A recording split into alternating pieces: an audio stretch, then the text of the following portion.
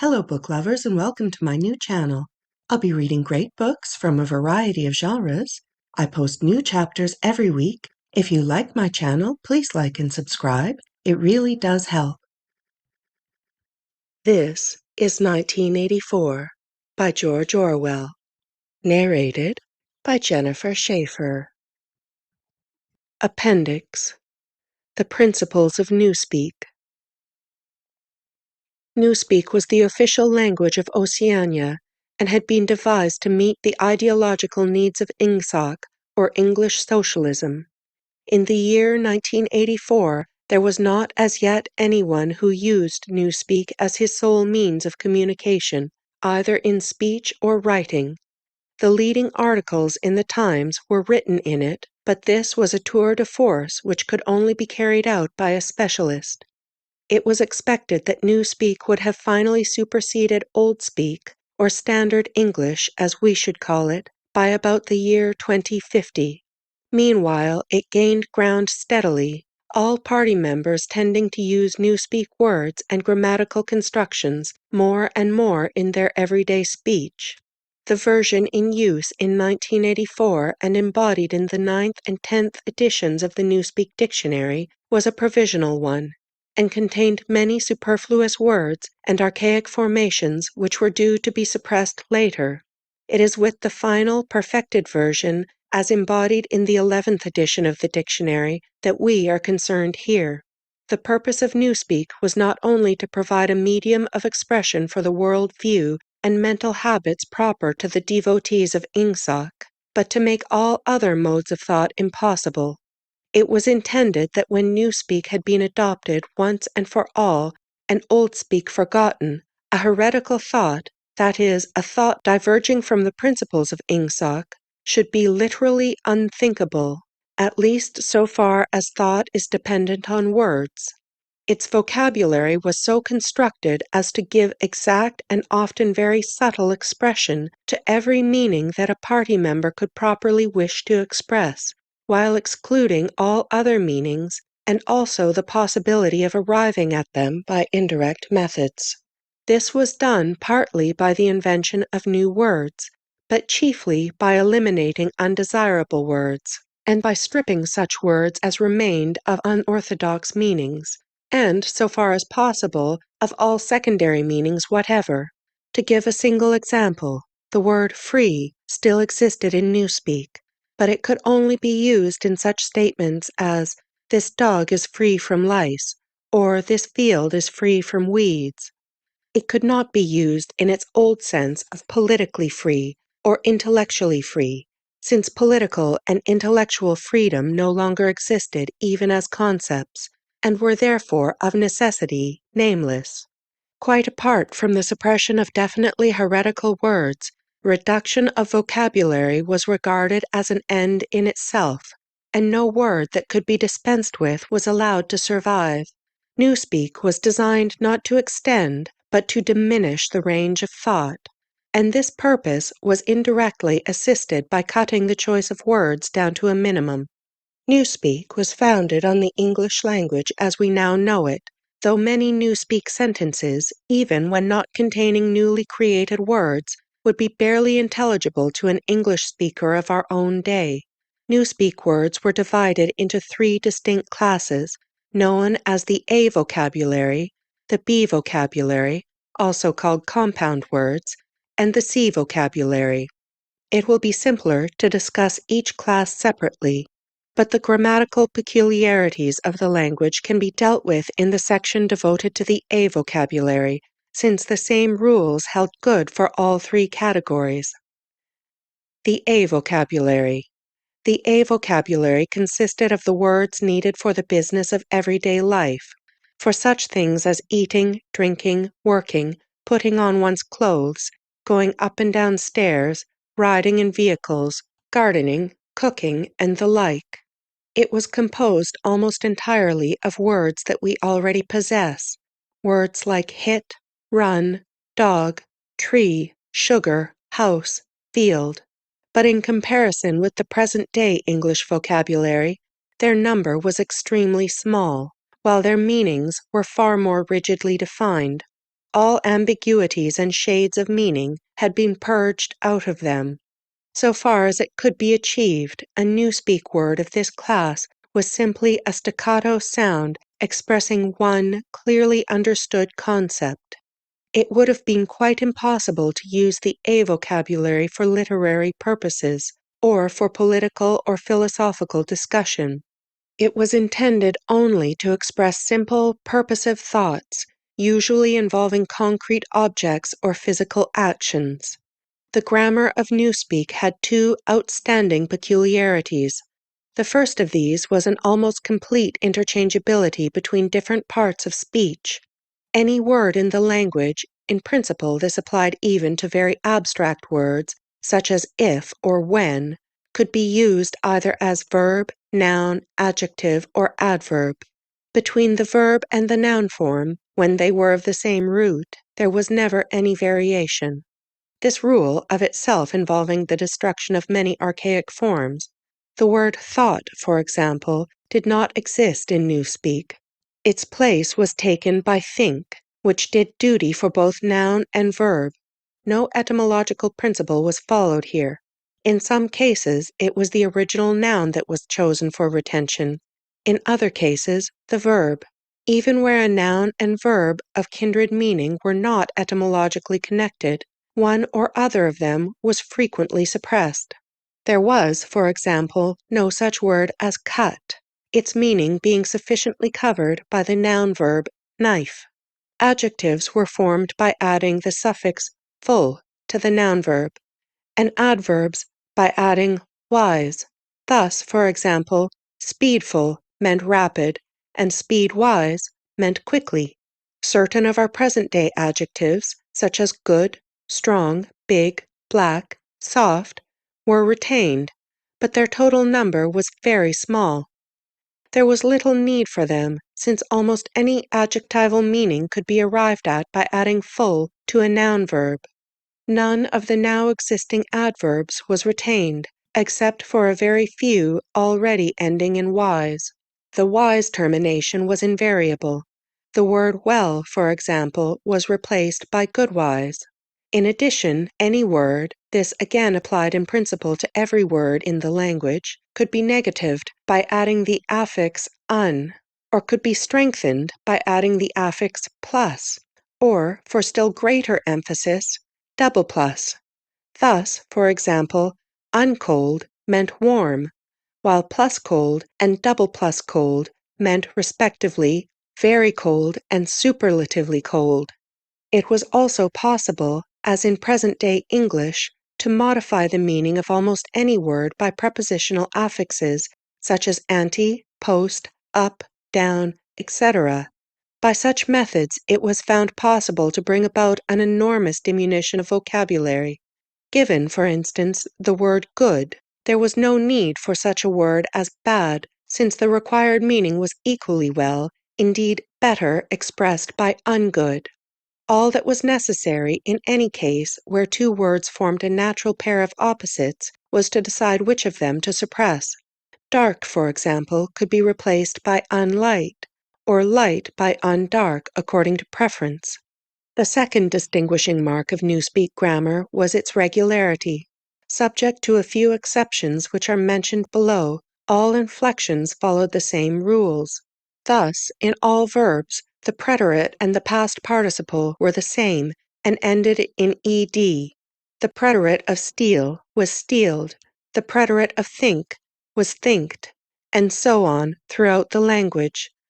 All such forms as swam, gave, brought, spoke, taken, etc., being abolished. All plurals were made by adding s or es, as the case might be. The plurals of man, ox, life were mans, oxes, lifes. Comparison of adjectives was invariably made by adding er or est. Good, gooder, goodest. Irregular forms of the more, most formulation being suppressed. The only classes of words that were still allowed to inflict irregularity were the pronouns, the relatives, the demonstrative adjectives, and the auxiliary verbs. All of these followed their ancient usage, except that whom had been scrapped as unnecessary, and the shall, should tenses had been dropped, all their uses being covered by will and would. There were also certain irregularities in word formation arising out of the need for rapid and easy speech. A word which was difficult to utter or was liable to be incorrectly heard was held to be ipso facto a bad word. Occasionally, therefore, for the sake of euphony, extra large letters were inserted into a word or an archaic formation was retained. But this need made itself felt chiefly in connection with the B vocabulary. Why so great an importance was attached to ease of pronunciation will be made clear later in this essay. The B vocabulary. The B vocabulary consisted of words which had been deliberately constructed for political purposes. Words, that is to say, which not only had in every case a political implication, but were intended to impose a desirable mental attitude upon the person using them. Without a full understanding of the principles of ingsoc, it was difficult to use these words correctly. In some cases they could be translated into Old Speak, or even into words taken from the A vocabulary, but this usually demanded a long paraphrase and always involved the loss of certain overtones. The B words were a sort of verbal shorthand, often packing whole ranges of ideas into a few syllables, and at the same time more accurate and forcible than ordinary language. The B words were in all cases compound words. Compound words, such as speak right, were, of course, to be found in the A vocabulary, but these were merely convenient abbreviations and had no special ideological color. They consisted of two or more words, or portions of words, welded together in an easily pronounceable form. The resulting amalgam was always a noun verb, and inflected according to the ordinary rules. To take a single example, the word good think, meaning very roughly orthodoxy, or, if one chose to regard it as a verb, to think in an orthodox manner. This inflected as follows. Noun verb, good think, past tense and past participle, good thinked, present participle, good thinking, adjective, good thinkful, adverb, good thinkwise, verbal noun, good thinker. The B words were not constructed on any etymological plan.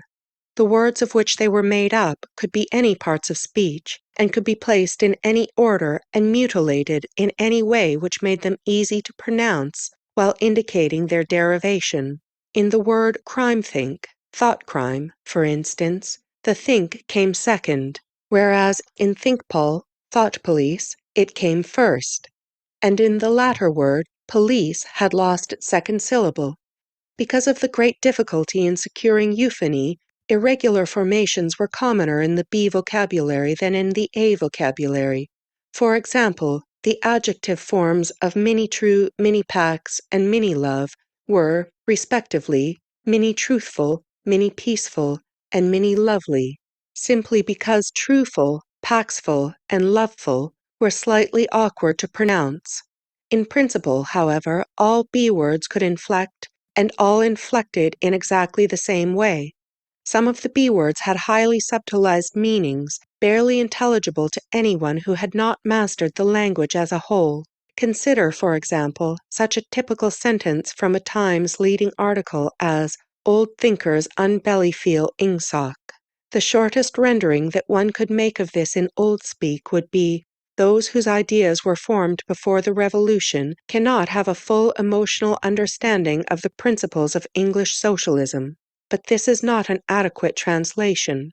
To begin with, in order to grasp the full meaning of the Newspeak sentence quoted above, one would have to have a clear idea of what is meant by ingsoc, and, in addition, only a person thoroughly grounded in ingsoc could appreciate the full force of the word belly feel, which implied a blind, enthusiastic acceptance difficult to imagine today, or of the word old think, which was inexorably mixed up with the idea of wickedness and decadence. But the special function of certain Newspeak words, of which old think was one, was not so much to express meaning as to destroy them.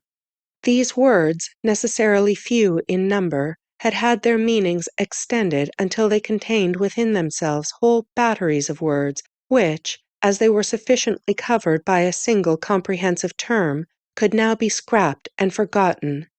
The greatest difficulty facing the compilers of the Newspeak dictionary was not to invent new words, but, having invented them, to make sure what they meant, to make sure, that is to say, what ranges of words they cancelled by their existence.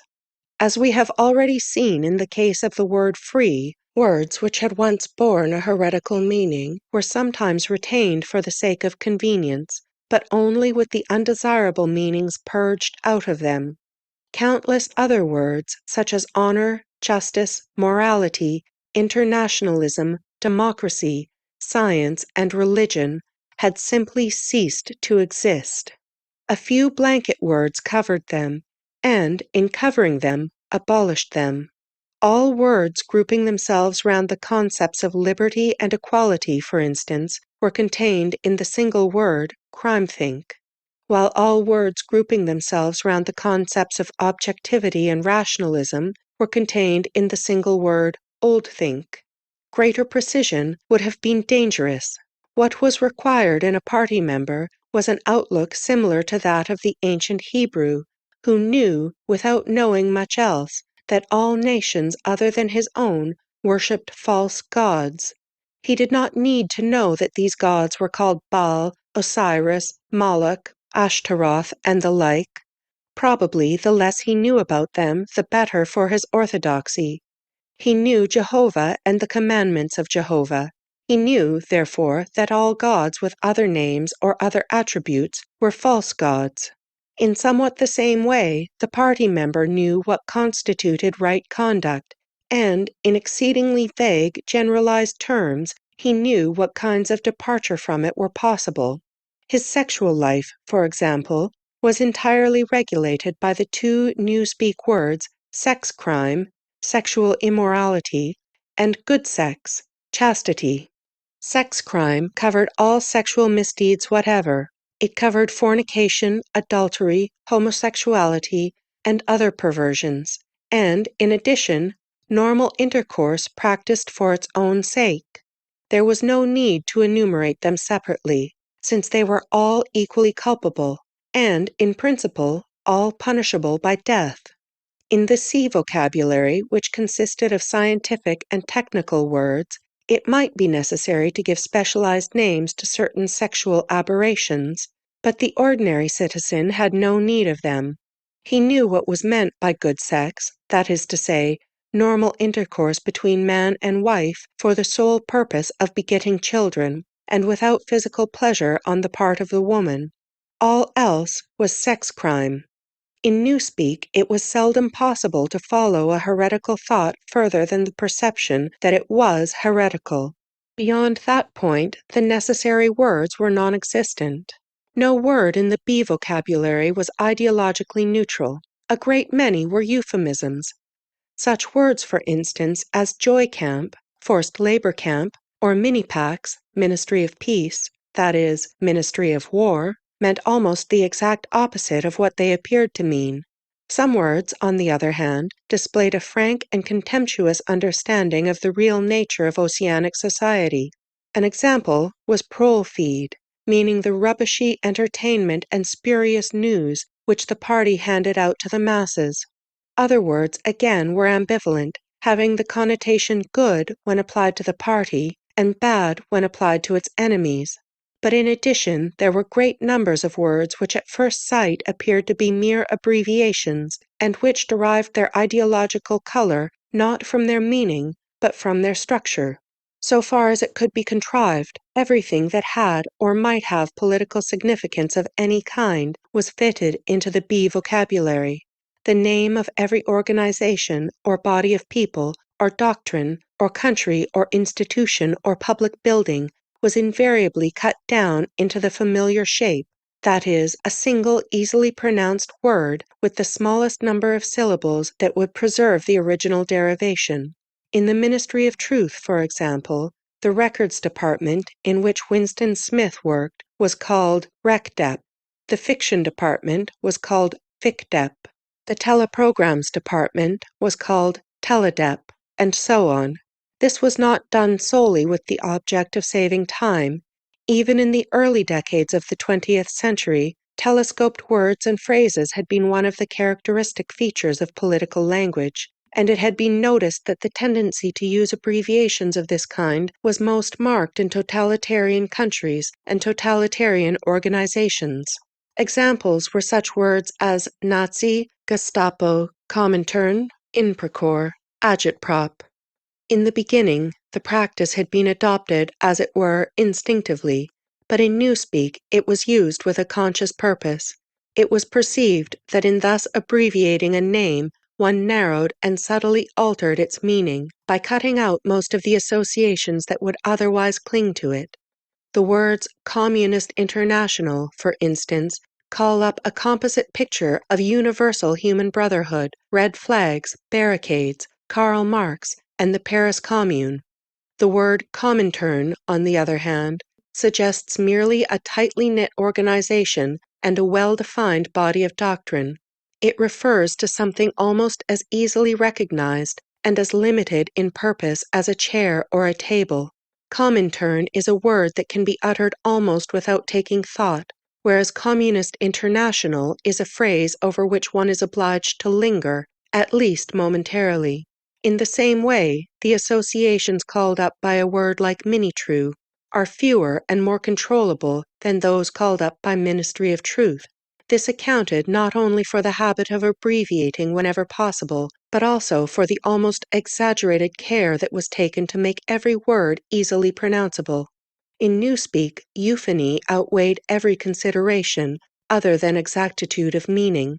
Regularity of grammar was always sacrificed to it when it seemed necessary, and rightly so, since what was required, above all for political purposes, was short, clipped words of unmistakable meaning, which could be uttered rapidly and which roused the minimum of echoes in the speaker's mind. The words of the B vocabulary even gained in force from the fact that nearly all of them were very much alike.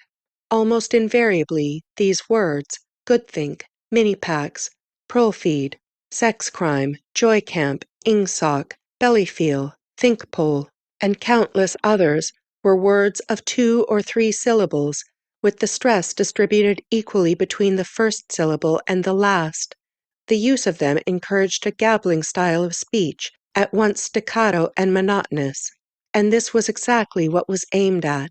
The intention was to make speech, and especially speech on any subject not ideologically neutral, as nearly as possible independent of consciousness.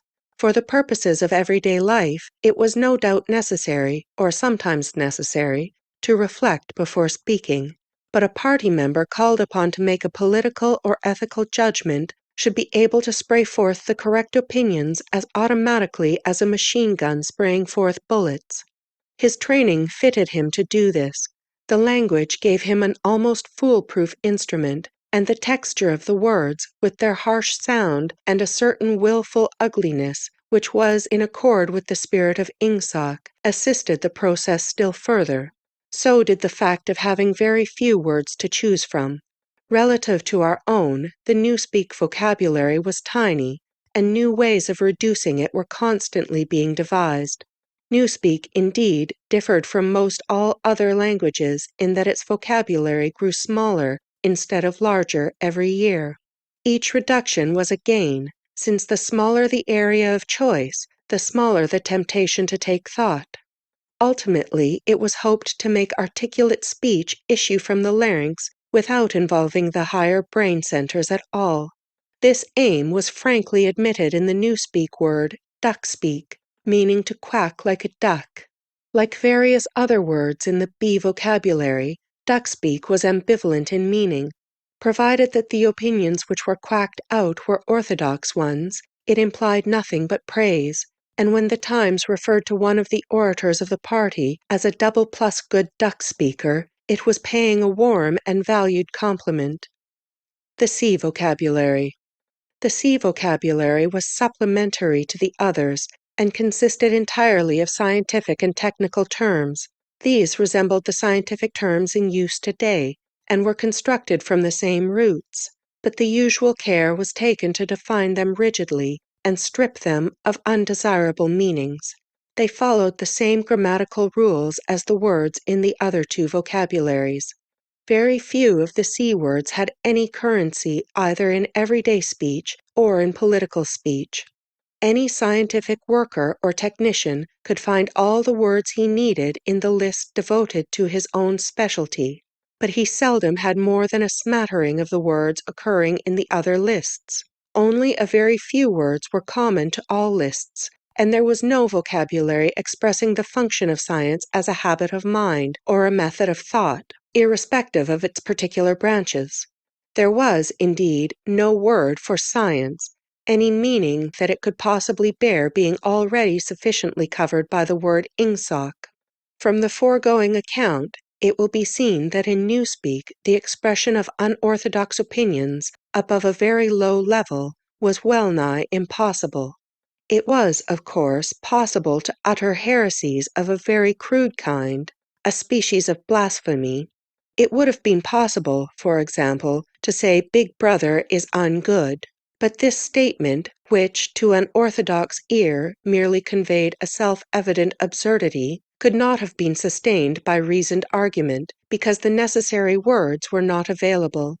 Ideas inimical to ingsoc could only be entertained in vague, wordless form, and could only be named in very broad terms, which lumped together and condemned whole groups of heresies without defining them in doing so. One could, in fact, only use Newspeak for unorthodox purposes by illegitimately translating some of the words back into Old Speak. For example, all mans are equal was a possible Newspeak sentence, but only in the same sense in which all men are red-haired is a possible Old Speak sentence. It did not contain a grammatical error, but it expressed a palpable untruth, that is, that all men are of equal size, weight, or strength. The concept of political equality no longer existed, and this secondary meaning had accordingly been purged out of the word equal. In 1984, when Old Speak was still the normal means of communication, the danger theoretically existed that in using Newspeak words, one might remember their original meanings. In practice, it was not difficult for any person well grounded in doublethink to avoid doing this. But within a couple of generations, even the possibility of such a lapse would have vanished. A person growing up with Newspeak as his sole language would no more know that equal had once had the secondary meaning of politically equal, or that free had once meant intellectually free, than, for instance, a person who had never heard of chess would be aware of the secondary meanings attaching to queen and rook. There would be many crimes and errors which it would be beyond his power to commit, simply because they were nameless and therefore unimaginable. And it was to be foreseen that with the passage of time, the distinguishing characteristics of Newspeak would become more and more pronounced, its words growing fewer and fewer, their meanings more and more rigid, and the chance of putting them to improper uses always diminishing. When Old Speak had been once and for all superseded, the last link with the past would have been severed. History had already been rewritten, but fragments of the literature of the past survived here and there, imperfectly censored. So long as one retained one's knowledge of Old Speak, it was possible to read them. In the future, such fragments, even if they chanced to survive, would be unintelligible and untranslatable. It was impossible to translate any passage of Old Speak into Newspeak, unless it either referred to some technical process or some very simple everyday action, or was already orthodox, goodthinkful would be the Newspeak expression, in tendency. In practice, this meant that no book written before approximately 1960 could be translated as a whole. Pre-revolutionary literature could only be subject to ideological translation, that is, alteration in sense as well as language. Take, for example, the well-known passage from the Declaration of Independence.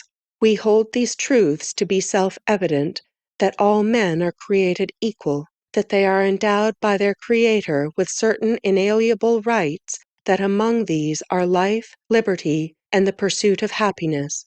that to secure these rights, governments are instituted among men, deriving their powers from the consent of the governed, that whenever any form of government becomes destructive of those ends, it is the right of the people to alter or abolish it, and to institute new government. It would have been quite impossible to render this into Newspeak while keeping the sense of the original. The nearest one could come to doing so would be to swallow the whole passage up in the single word crime-think.